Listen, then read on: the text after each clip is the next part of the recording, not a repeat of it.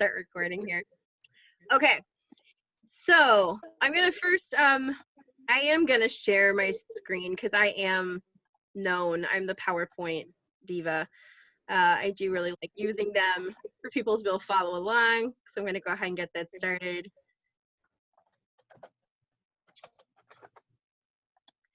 I do have some stuff, but I think it'll be easier if we're kind of looking at a few things.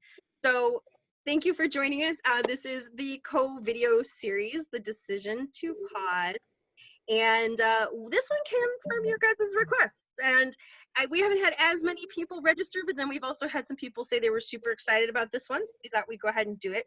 It's kind of a build off of when we got together. If you were at our very first COVIDeo event about the pause and assess. And actually, if folks don't mind, if you don't mind looking at it like this, I don't know if that is a problem for any of you, then I can kind of see your comments and see your faces, which I can't otherwise. So I kind of like to keep it like this. If that becomes like I can't read the slides that way, go ahead and throw that in the chat if you don't want to tell me just out loud. But we're going to talk about the decision to pause. This comes out of what we kind of covered at the very beginning of the series. If you haven't been to these, I think all of you have been. You kind of know the housekeeping. Just keep in mind, I think the one you need to remember is that we will be recording. We are recording actively right now, so others can see this later. So keep that in mind with what you share. I think you know, muting when you're not talking is probably best, but it's a smaller group today. And the other things I think are very obvious. We're going to focus in on this topic, so let's try and stick to it. So the pause and assess tool, which we talked about at the very beginning of this series. We talked about back then, it feels like how long? It feels like a year ago, and it was really April 1st. But on April 1st, we said, we don't know what's going on yet. You don't know what's going on yet. When crisis hits, we have a whole presentation we do this, and it will hit with a startup food co-op in different forms. This one you're all going through together. There's all different forms of crisis or panicky situations that can develop when you're leading a startup food co-op, and everyone will go through at least one of them. You're going through this one collectively together, but the idea is to stop and pause and to pause the situation, to identify what is actually the problem, boil down your concerns, and then review. And we say this because people's first reactions to any panicky situation is often inaccurate. And that's all of us. We panic about one thing, but the real problem is over here, but it takes a while to figure that out, or to even figure out if there is a problem. Sometimes we reacted to something and actually not a lot does need to change, but it seemed like it maybe for a moment and it was really scary. So what we encourage is the first thing the board needs to do is not do, is to pause, is to think about things. So, and then to assess what can be paused in a situation like this one. So this one isn't we freaked out about something, but it turns out nothing's really changed too much. We don't have to change too much. There are things that are going to have to change. There are things that might have affected your capacity to continue to organize. There is real stuff you're going to have to do, but not everything needed to be paused. Certain things about your development might have needed to be, other things might not have needed to be.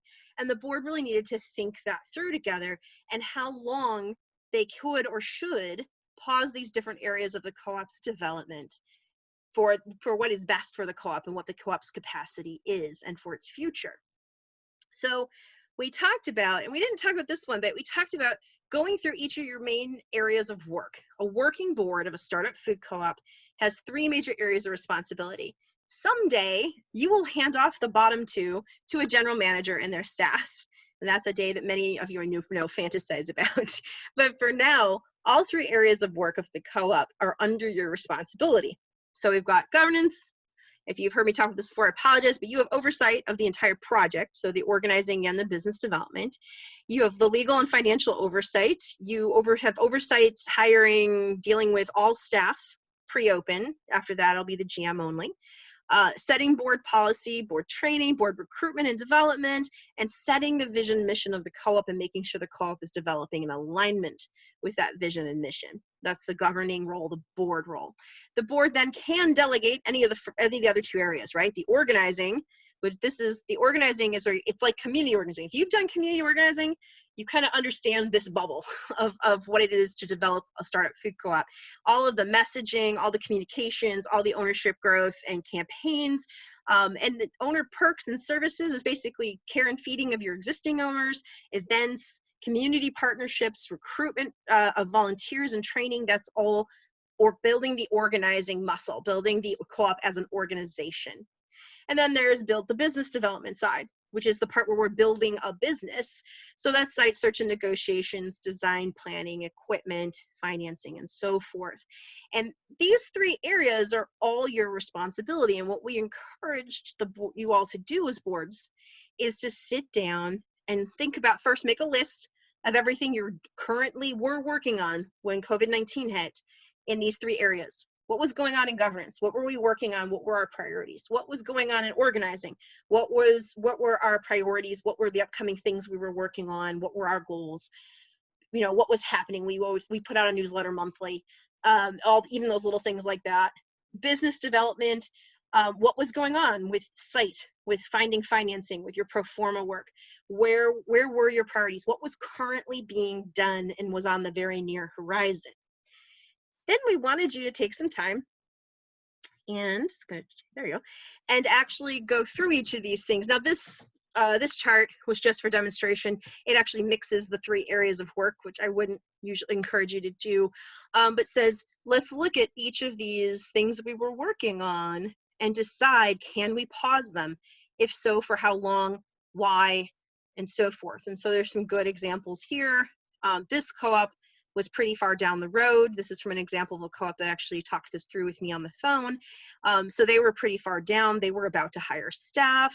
They were getting ready for owner loan. Their site negotiations were in process. And so they had to stop and analyze, where can we afford to pause? Where can we not afford to pause? Part of the reason you needed to pause early on was also to find out what was going to happen to your capacity, your organizing capacity. Feasibility for your co-op is financial, is market, the market, that there's enough people who want to buy the stuff, the market study that will support it.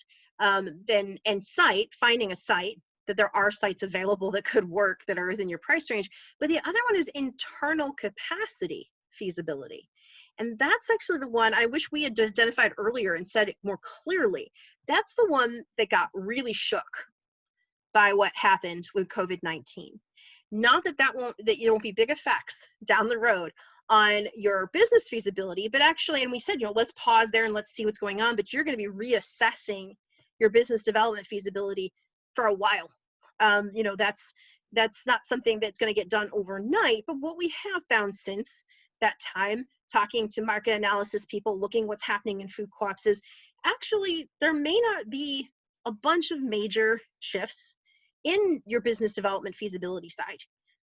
We know that market studies, they're not going to change them. And the market analysis all agree on that the last time we went through a crisis that had major financial impacts, food co-ops and startups did not see negative changes in their sales. And so because people spend more money on food. Real estate actually will slowly be becoming, unfortunately, in a sad way, more available and more competitive. So that's not going to harm your site feasibility possibilities. And the financing might get tougher. We have a whole session on that coming next week with shared capital, which I'm excited about. And you need to do some assessing and maybe some rethinking about how you're going to get fully funded and if you need to look at it slightly differently. But overall, now that we've had this pause for a month and a half here and we've had these conversations, everyone's pretty clear that probably most any project that was feasible before COVID-19 still is on a business level. So the thing that got shook was internal capacity. Because are we organizing different? Yes, clearly. We can't meet in person. You need to organize differently. Can that be adjusted to? Yes. There is expertise out there to help you with it. There's ways to work through it. Yes, you could absolutely adapt to that. The thing that might not be able to fully adapt immediately and go back to where you were before, or right before COVID-19, is internal capacity. Do we have the capacity to keep moving forward at the speed we thought we were gonna, and with the focus on the same things? there's a couple things that can affect that. So first off, some of you said, I have board members with more time now. Some of you have actually recruited new board members during this COVID-19 time, because some people, and this has been the most common one, people who were already edging toward retirement have basically found themselves just edging there faster and have freed up a bunch of time. And I've seen multiple boards that have nabbed some people that way, some great professional people. Some of you have said, my board, half my board can't, was lost jobs, has kids at home now, just cannot apply themselves to this. My business is shuttered at the moment, and it really deeply impacted in your ability to keep moving the project forward. And that capacity issue, that's legitimate, that's real. And it may mean you have to move your focus, you have to slow down in some areas, or actually pause whole areas of your development. And so at this point, a month and a half, 2 months, we're basically 2 months in, people should be able to, as boards, or should have a feeling. Now, whether you've had a good open conversation and dialogue about it, but you should kind of get a feel for, did our board capacity stay the same? Did it go down? Did it go up? So I'd like to pause here for a second and ask you all, if you're comfortable, you do not have to, if anyone would like to share, okay, so we're 2 months in now, what's the real deal? Has your board lost capacity? Is it about the same? Has it gone up a little? How is that piece doing for you guys? And I can call in someone, or you could wait, or you could wave a hand. All right, Ann. So at our last board meeting, our board president was kind of doing individual assessments with us all, and we all kind of then came to a board meeting and kind of went through that all together. And some of us, I think it's almost like a wash. Some of us have more capacity, some of us have less. And so I think it's evening out. However, our board recruitment efforts have increased, which is good. And there's people that are really interested in the board that weren't interested before. We also, at our last board meeting, looked at 3 different timelines. Nice. In terms of like an elongated timeline, the timeline that we were scheduled to be on, and then an accelerated timeline. And all of the board came to a consensus that said, we want to move ahead as fast as we possibly can. We don't want to drag this thing out any longer than it needs to be. So obviously that's our decision. We're going to probably have to make some tweaks as we go. But sure. I think we're like, the time is now. We have some momentum. Let's push forward as quickly as possible. Wow. I thought it was going to be exactly the opposite.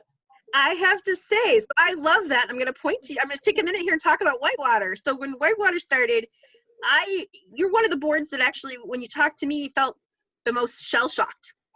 Just shell-shocked. And this is a board that has been, gotten a lot of early success, moved forward pretty fast. It was already kind of hitting a little bit of a rough spot. And then this happened, right?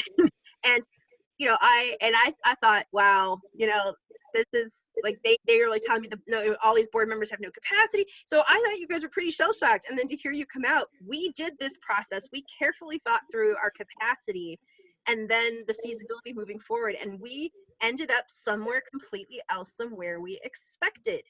To me, that's exciting, because that means you ran an excellent pause and assess process. Wherever you end up, they ran a full process and really thought it through as a team, thought through the capacity issue, thought through the right timeline for themselves. And I love that you threw in that timeline piece. Now, Whitewater's in 2B, they're further along. So they're at that, look, we were already like ready. We needed to plow forward. And a lot of you, those of you in 2B, you're kind of there. You're kind of like in the, we need to plow, or if we pause, God knows how many years it's going to be. So that decision is going to make different sense depending on where you are in your organizing. So that doesn't mean you should be Whitewater. But I think what you should be Whitewater about is they ran that process and really came to consensus about their capacity, and then what was the right timeline for the co-op to slow down, stay the same, or speed up. So I love that. Thank you, Ann. And now I know Kat had her hand up. Kat, did you want to share about what's going on at Electric City? Well, I can share. Aideen and Caroline are on here as well. So because we are talking about how a pause, like we don't really, our board capacity has shifted because people are super busy right now. Like it's, some of our board is super busy, and it's not happening right now. So, and I'm moving off of the board. So we're trying to figure out how to do that. So maybe Aideen has something else to say as well. No. So we're trying to figure it out, actually. Yeah. So you guys are kind of, and Aideen shared a little in the board chair session the other day too, that you're one of those boards that you hit the COVID-19 wall and had to assess, and what you found is it has definitely shifted your board's capacity, and it has not balanced out. It has, the board just has less capacity. So at least you've assessed that. I think where you guys are at is the next step of what does that mean for where we should focus and what we should pause. So, and that's a legitimate outcome, and that might be the outcome for some. Now I have some thoughts on exactly where, if you come to that our capacity's gone down and we're going to need to downshift a little, I think there is a definite place where most of your attention needs to go. Actually, we'll talk about that shortly. I want to see where others have landed. Anyone else want to share? And everyone doesn't have to, but anyone else want to share where their co-ops landed on board capacity? We have 3 of us on this call, as it turns out, on our board, 3 of our officers. And so they may have different ideas than what I do. But we have paused on some of our committee formation that we were really fired up to get that developed.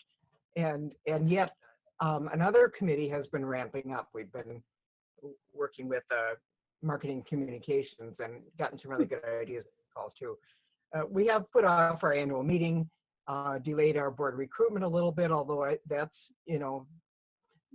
was kind of like barely a pause, a month or so. And of course, our ownership outreach events have been really challenging, and we've had some differing opinions among some of our group, board, and that committee as to whether or not we should just really pause on inviting people to become owners, or if we should ramp it up. And so that's been a really interesting discussion that we haven't fully resolved, I don't think. I mean, I think we're still, doing it, but I don't think we're hitting it as much as we really should. And now that we have some new messaging coming, I think it's going to help. Excellent. That's some really good analysis of where you guys are at.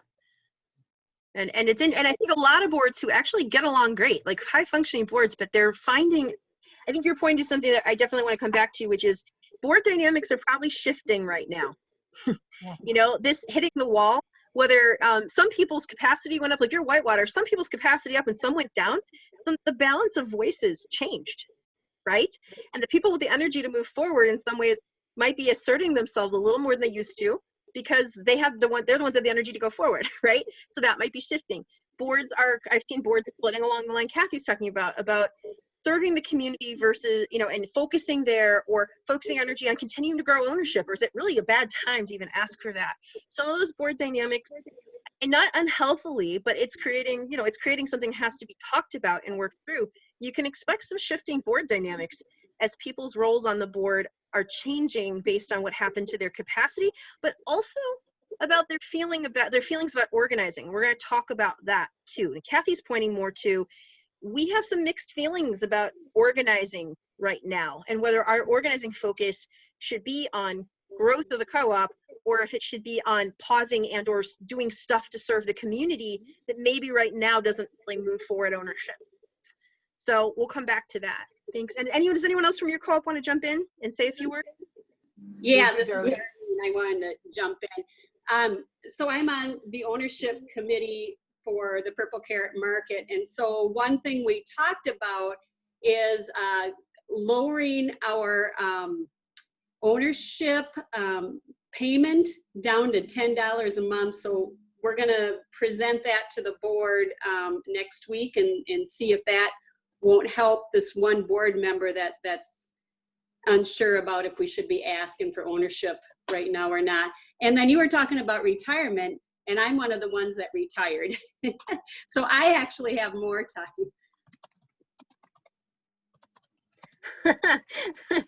See, I'm not making it up. I know people said to me, who has more time right now? People who were close to retirement, and bless you all. We're so grateful. Okay, great. Anyone else want to jump in? Okay. All right. So Erin brought up a really good question, and we'll get back to it in the chat. She said, what can you do to serve the community that will not build ownership? And if done right, the answer is nothing. It's a false either or. And Erin, I know you guys are doing it right. Some co-ops are treating it as an either or, and you can treat it as an either or in a way that actually will drain the org. So we're gonna get around to that in just a few minutes. So let's look real quick at what you can't pause. Obviously, your legal and financial responsibilities don't pause, period, as board members. So this also means, though, we can't pause getting treasurer reports. We can't pause making sure the filings went in. And I understand that I have been there, but that whole, oh, we'll get back to that when we can. Jacqueline, she lost her job in the middle of all this. She's our treasurer, I understand. I totally get it. This is the thing you can't pause, and you have to find a solution right away, no matter what else was going on. Okay. You have to be getting solid financials. You have to be putting in financial data. You have to be getting financial reports. That stuff can't pause. You have a really deep responsibility there, and making sure that all your filings are going on the state and federal level, that sort of thing, and making sure you have proper insurance and legal protection for the co-op. Those things can't pause. If someone's like, oh, that person doesn't have capacity, pause whatever the heck else you have to pause and take care of it, because this is your primary responsibility. Okay. Board recruitment and development. And I heard someone say pause for a month. That's valid. Not giving you any trouble about that. That first month was just, oh my God, what is going on?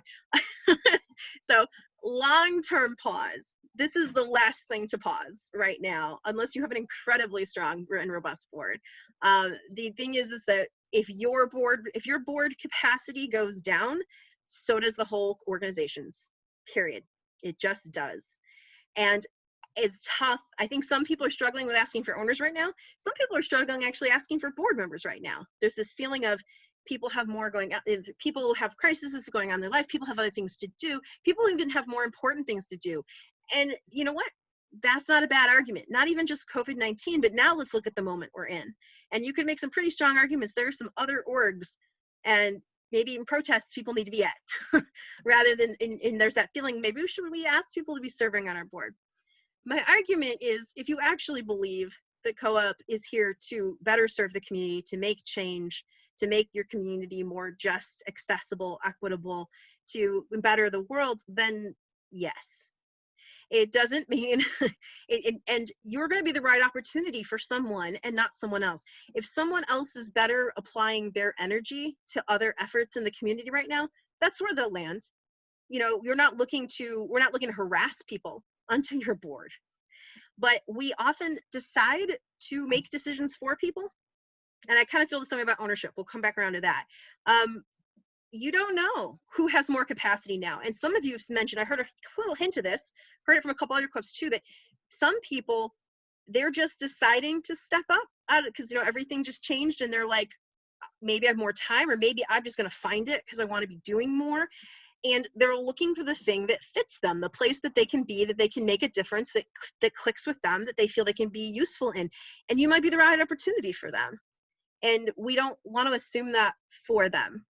And if you allow your board recruiting to slack off, you will lose board capacity, or you already have, and you'll stay at low capacity. So I would argue this is something you can't pause more than that month and a half to figure out what's going on. And to figure out how bad is our board capacity right now, and who could possibly do the recruiting.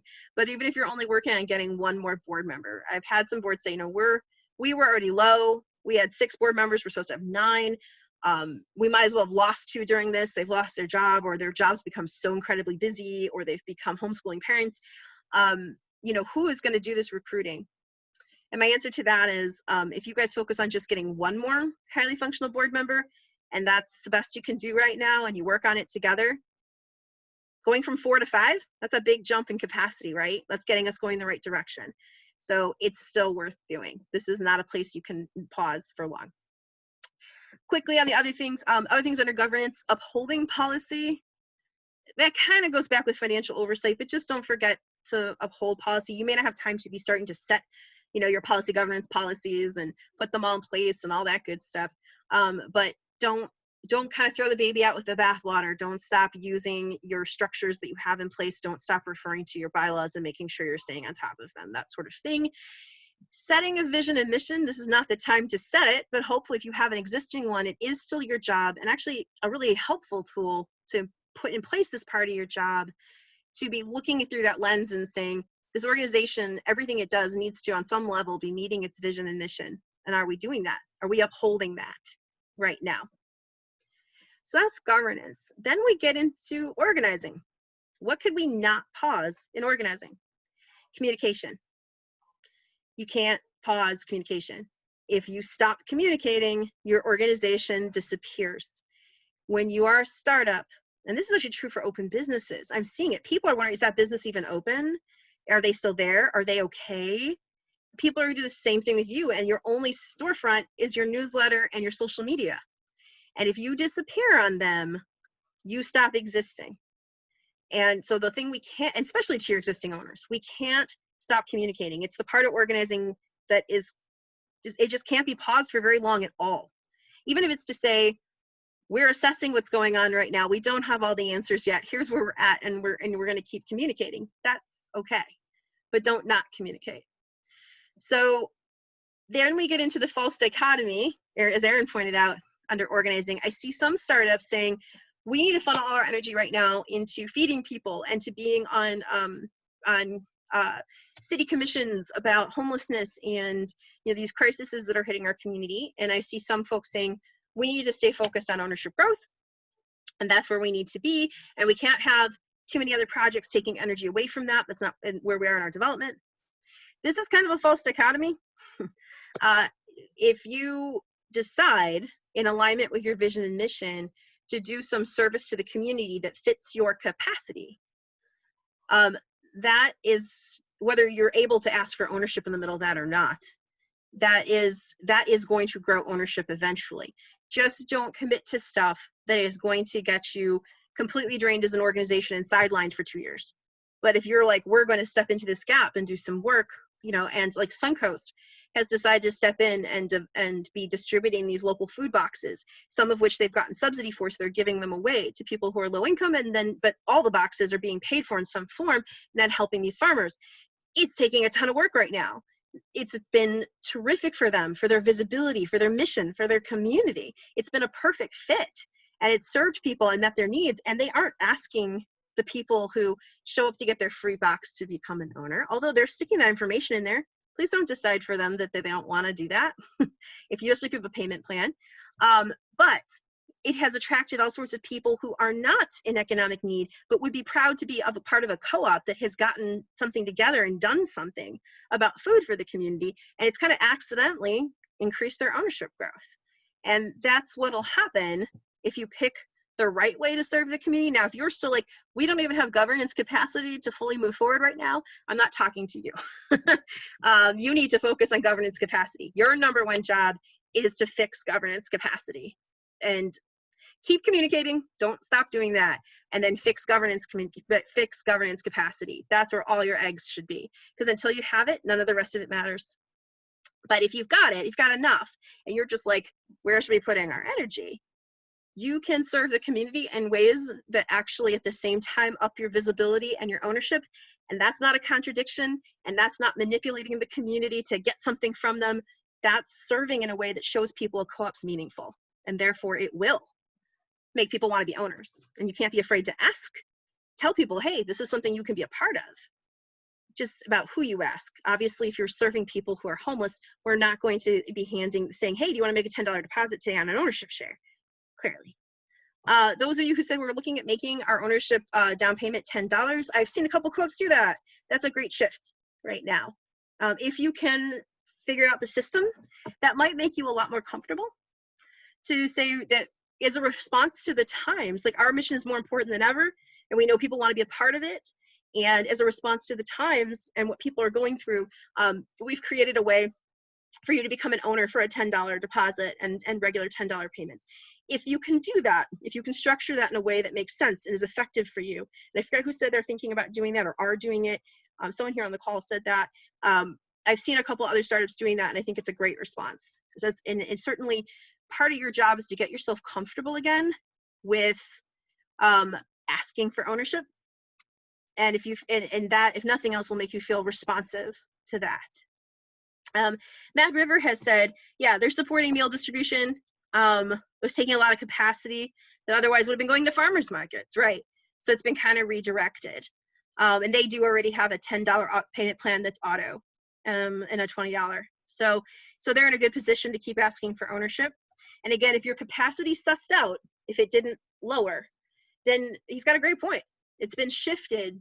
And even the way that it's been done, very different example, but it's been done at, who's doing that? Shoot, Silverton. They can't table at the market anymore, of course. So, but they still wanted to be visible and serving the community. So they asked the farmers market and the farmers if they needed any help. And it turns out they were like, well, if you want to come in your co-op, gear and be ambassadors, help people understand where to go, direct traffic, and just do that. Just be available to people with your co-op stuff on and some co-op paperwork in your pockets in case. You can do that. And so that's how they've started to serve the community, but make sure they're super visible. And it has actually gotten more visibility for them at a time that's really tough.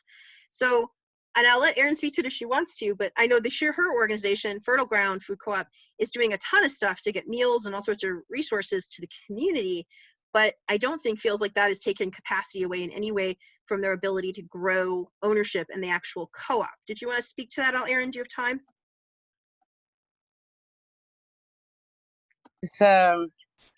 I'll just say that I think we're using it as an organizing opportunity, a base building opportunity.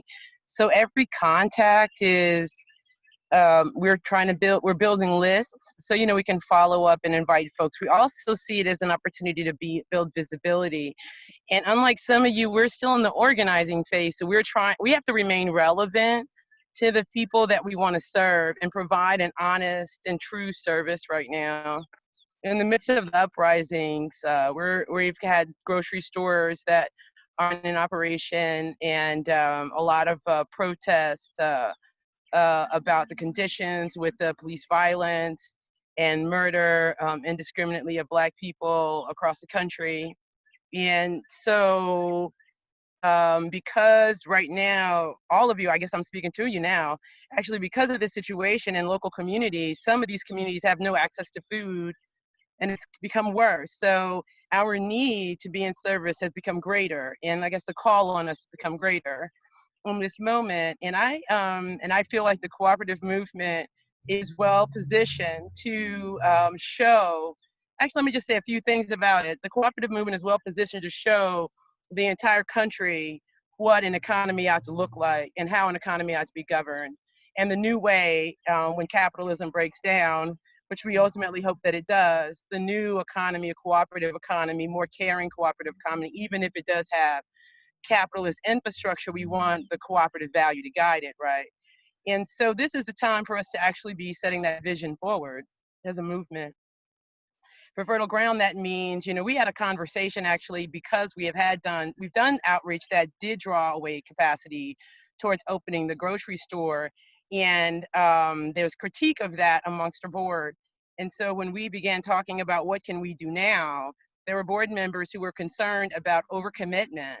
Other board members made the call that we should ask the membership what the membership wants to do. And they wanted to provide mutual aid. They started a committee. They are governing the committee. We sent a call out to say we can give out, we would like to give out meals. We have 35 to give out. And we weren't able to find necessarily immediately people that would give out, that wanted the food. What we found actually was more members and more donations, considerably more members and more, considerably more Yeah. community partners, excited. So now we have other organizations that are working with us. We have more volunteers than we've ever had. They're actively doing something. And we're just trying to build that culture and those relationships.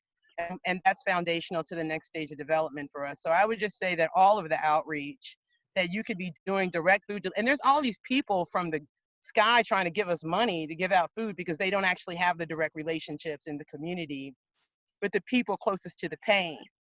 And so I would imagine that if your co-op has those relationships, I don't have enough information about each of you, but those of you who do have those relationships, your opportunity to engage is even greater. Your positioning is even more stronger in your community. And this is the time for us to take advantage of that because of the fact that all of the resources that capitalism is releasing in our direction, we can assume and then cooperatively govern on behalf of the people and the members and the owners. Thank you, Erin. So I wanted to touch on that because, and Erin talked about, like, if you have those direct relationships. Now, some of us do not have, our co-ops do not have the direct relationships with the people who are in the most pain, who are closest to the pain, who are closest to the economic destruction. And so Mad River's solution, though, is really just as relevant, right? Which is they found who did and said, how can we help? How can we be put to work? How can we galvanize our owners to assist, because you have the connections to the people in the community who are going through the most right now, and found a way to serve that way. So if you're an organization, if you're a kind of co-op where you're serving in such a way that you're closest to the people who need the service, then what Erin's talking about is exactly perfect fit for you. But don't think it's not a fit for you if you're not. If you're also, go ahead. Can I add one other? Yeah. Okay. Thank you. Can I add one other thing, which is that all of you have relationship with somebody close to the pain. Whether or not they've told you they are is a different thing. And that's related to the amount of trust. So potentially staff members of the co-op or staff members know, or people who are even coming in the stores, your customers know other people that are closest to the pain. And I also have found that I don't like to ask people, do they need help? I like to ask people, are they willing to help others? And I find the people who also need the help and who are willing to help, and they have less shame. So I just want to say that there's something related to shame right now and being unemployed. And so our ways of inviting people in without necessarily making them have to expose their challenges is really a powerful way to help people like get the opportunity to be empowered even in their pain. So to the extent that some people don't have money, they might have, we found people who are coming to volunteer that are unemployed. They feel hopeless. They want a way to help that is concrete. So you offer that, and you would be surprised who would help, because people need to make meaning of this moment right now. And that helps them feel better. It reduces depression. It reduces anxiety. It builds connection and belonging. So those other things that we need to like survive as human beings, you're offering those opportunities as well. And people, I mean, we're in desperate need of that right now. These moments, my God, like, oh, I just need inspiration anywhere I can get it. And so I just offer that as a reflection back too, because I can't tell you how hard the last couple of days. I mean, the fact that I'm able to talk to y'all on the phone without crying is a minor miracle right now. Kind of didn't expect you to be here, Erin. I'm glad you are. I am a cooperator through and through. I always say, don't be a hater, be a cooperator. Love it. I haven't heard that one before. It's so corny. It's so corny. Don't put my name next to it, y'all. Really? The cooperators, like we're like hardcore corny. That's like our thing. Like we we're do-gooders. All right. So I want to circle back. So in this organizing corner, you may decide we need to put more energy here because we need to help. We need to be in front of people. We need to be helping. That is not a conflict with asking people for ownership. What it may be a conflict with is running an ownership campaign, 30 people in 30 days in the middle of this. That might seem bloody tacky. 2 weeks ago, might have been a little strange. Now it might just be really off the table. But it's not the same thing as saying, here's how we're serving the community, here's how we will change the community, here's what we're working on together that is relevant to solving these problems. If you would like to become a part of it now, here are these accessible ways to do that. Because as Erin said, people are looking for a place to plug in, to feel useful. People feel useless, almost maybe more above even than the rage. They feel really useless. And so if you can, and for some people, plunking down $10 to get involved with a co-op and finding out about volunteer opportunities is going to address that, is going to help them. And so it's more how we talk about why join the co-op now. It's certainly not going to be the same kind of campaign. I would not recommend running a 30 and 30 right now. But I would recommend doing some soul searching about how your vision and mission is going to change the pain we're going through right now, and or what service you can do right now that won't blow your capacity, that will demonstrate that, and use that to point out to people that the cooperative movement, i.e. your store, can be a solution. And why don't you come join us and do that? So thank you for Erin for centering that much better than I ever could have. That was incredible. I was not going to do that justice. I want to talk about business development. The most likely place for you to pause right now is business development, unless you already were in site negotiations or have a site. Once you have a site, the clock is ticking and money's draining. So that's different. I don't think anyone on this call has that. If you're in negotiations on a site, that's not something you can, I mean, there might be a couple months pause, as in I know Assabet's going through that right now, that they were supposed to have already agreed to this site and they had to say, look, we need 3 extra months to do our due diligence because we can't even get someone out there to assess the site right now. Those kinds of pauses. But if you're not there yet, and I see there's a lot going on in the chat, so I'm gonna check that in a minute. I'm gonna admit I'm not watching it this very moment. I'm gonna get through this little piece. If you're not there, business development is the #1 place that you can pause. I'm not saying you should, but actually, strangely, the place that you can pause the most. And you're going to say absolutely not, because the worst thing that could happen right now is that it takes an extra year for us to open this co-op.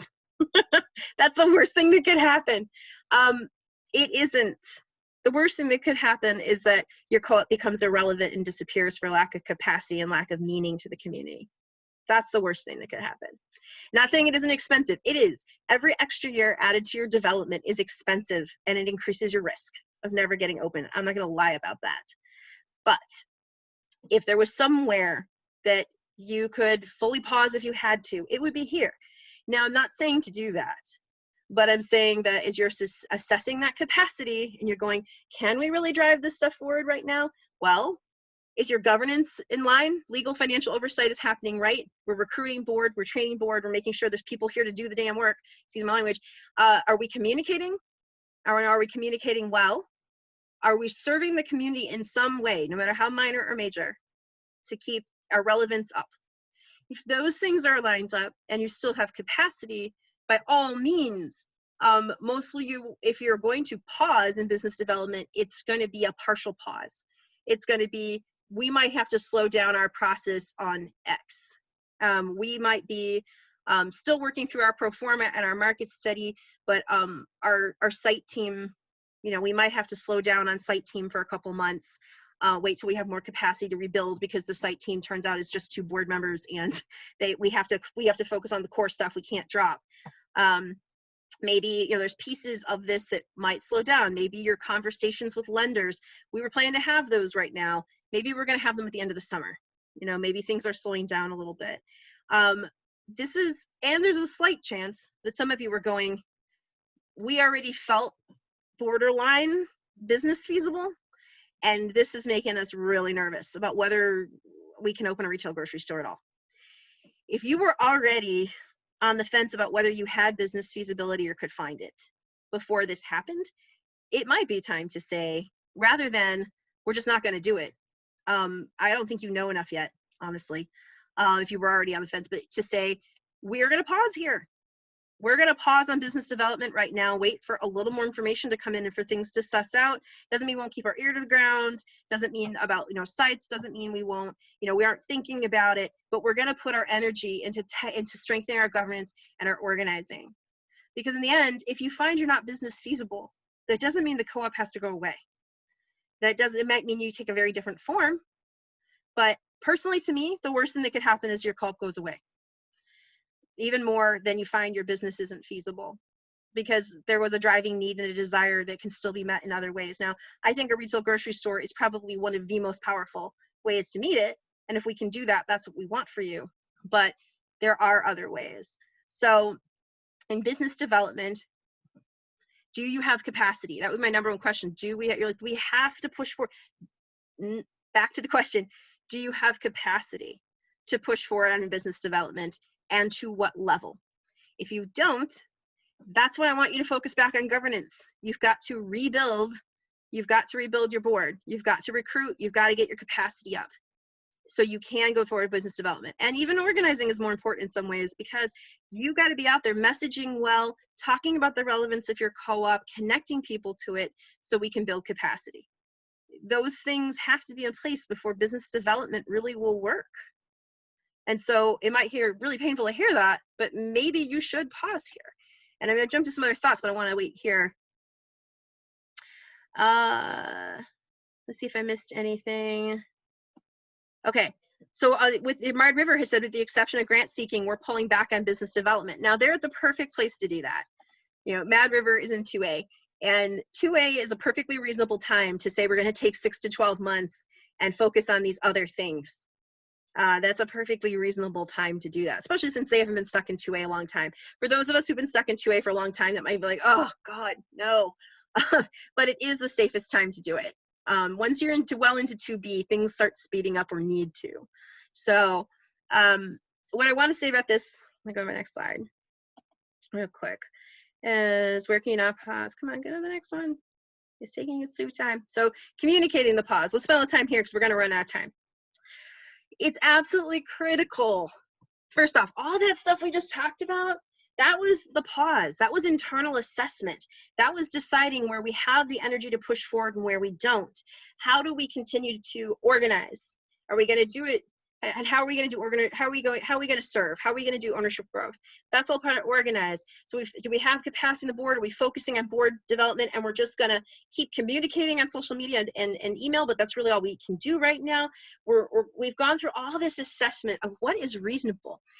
And some people have said to me, well, what the co-op needs right now is for us to drive forward, on business development. What the co-op needs right now is to still exist. And if it doesn't have the capacity on the board, nothing else matters. And so saying we have to, well, you can try, you can run yourself into the ground and it might work and you might attract the right people. What you'll most likely do is spin your wheels in vast frustration, trying to push forward business development. You don't have capacity to push forward and actually further damage the board. That's what's most likely. So as you've assessed, now Whitewater's assessed and said, we have the capacity to push forward business development. By all means, thumbs up, go, if that is the case. But then we've got to communicate what all of this thinking you should have done and kind of sorted through, and we know where we need to focus, and we know why. We know that why that will contribute to the longevity, the future of the co-op. Okay, well, first off, this is the boards to communicate. So you can get help from your messaging committee, your outreach or marketing, whatever you call it, committee, but this one's the boards. This needs to come from the board, this communication. Now, from this primary communication of here's where the co-op's going to focus and here's why, if you still have functioning other committees, they're going to run off that information. Like, it's not that your messaging committee won't then use those messages as they go forward, but this comes from the board. So in organizing, you need to be able to assess, you need to be able to tell people what you're going to do, and you need to tell them why. So you can say in governance, we really need to, we will continue to prioritize our financial and legal responsibilities as we always have, and we need to increase board capacity, and we'll be working on that this way if you want to serve with us, blah, or we've assessed and our board capacity actually has shifted a bit but is strong, and we're ready to move forward. Organizing, we will be serving the community in this way, and why. So we'll be serving the community, some co-ops have just said, by putting up profiles of local farms and how to get access to their food to support local farmers. That's service to the community. It's a different kind, but so this is how we're going to serve the community, and we're choosing that because it's central to our mission. It allows us to then free up capacity to also focus on this so we can move your co-op forward, whatever it is. We will be moving forward ownership in this way. So we need to continue to grow as a cooperative. And now more than ever, it's important for others to join us. And we're going to be still asking people to join, but here are the things we've put in place to make sure it's as accessible as possible, or however, whatever you guys have decided about what you need to do to be comfortable still moving forward ownership growth. Or we're still moving that forward because it's so critical. You won't hear us putting quite as much heavy emphasis here right now. We're not going to be running campaigns, but we're still going to be asking people to join. If it feels important to you to say we're being sensitive to the moment, we're not going to run campaigns. However you need to say that. Communicating, we will continue, and I said owner perks and events. That's just a phrase internally for us, but we will continue to engage with you. How? Some of you are still running online classes that are super popular on gardening right now because everybody wants to grow their own food. And so we're going to continue to serve the owners and to bring value to you as owners through these classes. Or you may say, we're going to suspend events, or you can say, we're going to have monthly potlucks so the community can just connect to each other and talk about how they're doing. But tell them how you're going to engage with the owners, or if you're not, around events and things to do and so forth for them to engage with. Okay. In business development, we will or we will not be slowing down or taking our focus off business development right now. And why? We will continue to move forward our future store right now in these ways, if you're going to. So our site committee is going to stay active. We probably aren't going to be ready for a site for another year because we need to grow ownership and we have more internal feasibility to do, but they're going to stay active, and here's why. Or if we're going to drive full speed ahead and in these ways, and this is why. Tell them that part.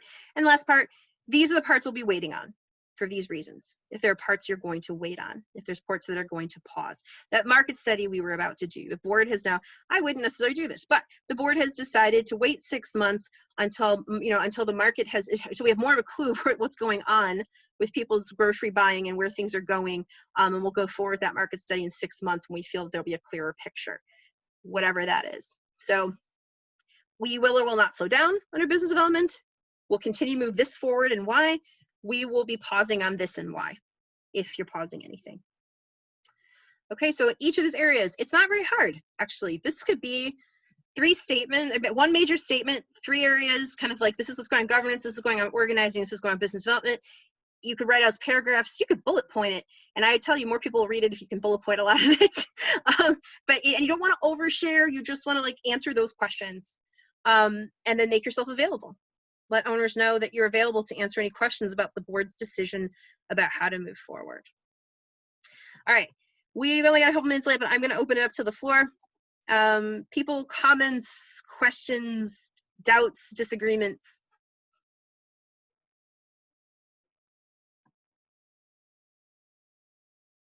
Y'all got real quiet on me. I mean, y'all know I can keep talking, but I wanted to give you a moment. All right. So hopefully, I think I heard that you're all kind of in a different place with your pause and assess. I think Whitewater is kind of through that process and now maybe already has, or have you already communicated it to owners, or are you kind of, that's the next step for you guys?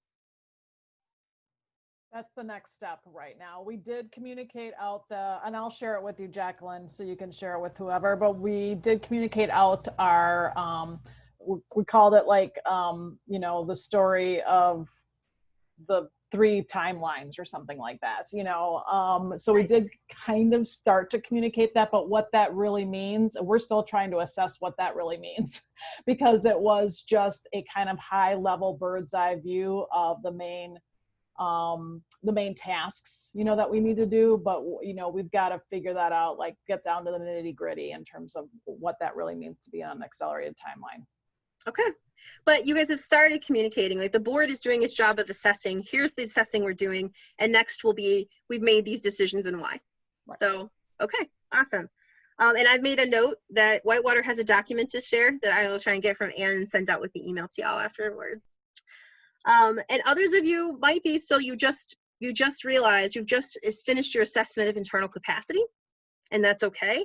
And now those who are still here and have the capacity need to walk through what do we have the capacity to focus on and what's top priority. And then we have communicate. That's the last step. part of why I would stress the communication so strongly is, even if your co-op's out there doing terrific work for the community right now and is doing a great job of sharing about that work, people don't even know it, but they are looking for a statement from their leadership that somebody is thinking about where we're going and if this is the right time to go there and how we're going to go there.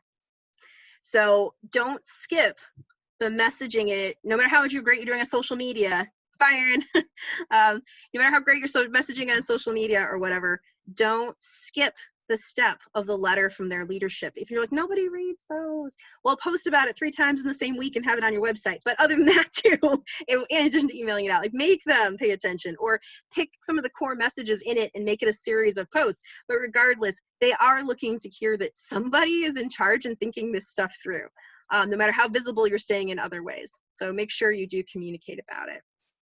All right, I will send out that document from Anne once I get it and where to find the recording. I want to make sure you don't miss these things. Tomorrow is Outreach Confidential number 3 with Katie Novak. It's not full yet, which is really uncommon because we kind of launched this one the last second. But she's going to be focusing on online events and how to make them work. So that might be something you don't want to miss. Co-op Leadership with Patrice Lockhart Anthony. That's the title that she chose. I would say the focus is, because we're trying to stay short, that talking about how COVID-19 and clearly now additional issues are rising to the surface about how they're hitting Black communities far more deeply, and Latino and Indigenous communities, and how that has to change how we think about co-op organizing and how we go forward. And she'll be talking about that. And then on Tuesday, the future of lending with Christina Jennings at Shared Capital Cooperative. I'm really looking forward to this one. I think all of us thought that this would make getting loans to open your co-op much worse from banks and lenders. And she says yes and no. So I'll be interested to hear what she thinks about that. She says there might be some silver linings. And I think it'd be great to be there to ask her questions about how to approach going forward with lenders right now.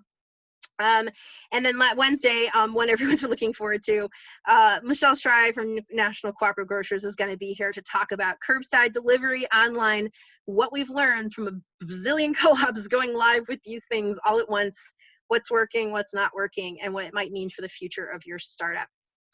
All right, everyone, and as I said, it's at the top of the comment, it's the chat. We are going straight into, I'm going straight into about 2 minutes, just a peer conversation for anyone who wants to get together to talk about what kind of statement they're going to make about the current protests and police brutality issues, and if they want to make one at all. And that's going to be a peer conversation, and that will start in about 2 minutes. The link is at the top if you hadn't already found it in the chat. I'm just going to leave this open for another second so you can find it. And thanks everybody for coming to this session.